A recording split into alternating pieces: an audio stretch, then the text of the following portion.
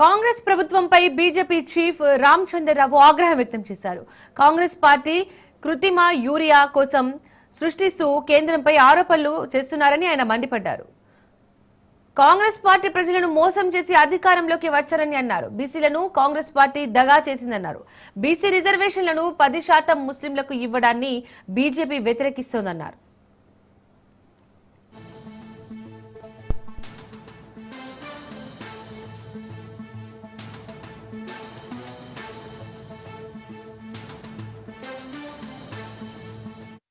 Party ప్రజల కోసం పోరాటం చేయలేదు. కాంగ్రెస్ పార్టీ ప్రజల కోసం ఎప్పుడు పనిచేసింది లేదు. మరి ఈ రోజు రాష్ట్ర ప్రభుత్వము యూరియా సరైనటువంటి పద్ధతిలో ఈ రోజు రైతులకు అందేక ఈ రోజు ఎరువుల దుకాణంలో ఏ యూరియా అయితే కొరత ఉన్నదో దానికి కారణం ఈ రాష్ట్ర ప్రభుత్వమే. కేంద్ర ప్రభుత్వం నుంచి ఈరోజు యూరియా దాదాపు వీళ్ళకు ఎక్కువ ఇచ్చినప్పుడు కూడా సంవత్సరం కన్నా ఎక్కువ యూరియా మనం ఇస్తే ఈసారి కొరత ఎందుకు అయిందని చెప్పేసి కూడా ఈ ప్రభుత్వాన్ని మేము అడుగుతా ఉన్నాం. ఈ యూరియాని తప్పుదారి మళ్లిస్తా ఉన్నారు. యూరియా బ్లాక్ మార్కెటింగ్ చేసి యూరియా దాచుతా ఉన్నారు. ఎరువుల ఒక దుకాణాలపైన నియంత్రణ లేక యూరియా బ్లాక్ మార్కెటింగ్ చేస్తా ఉన్నారు. ప్రజల్ని మోసం చేస్తుంది ఈ రోజు కాంగ్రెస్ పార్టీ. కానీ నరేంద్ర మోదీ గారి ప్రభుత్వం రైతుల్ని ఆదుకుంటుంది.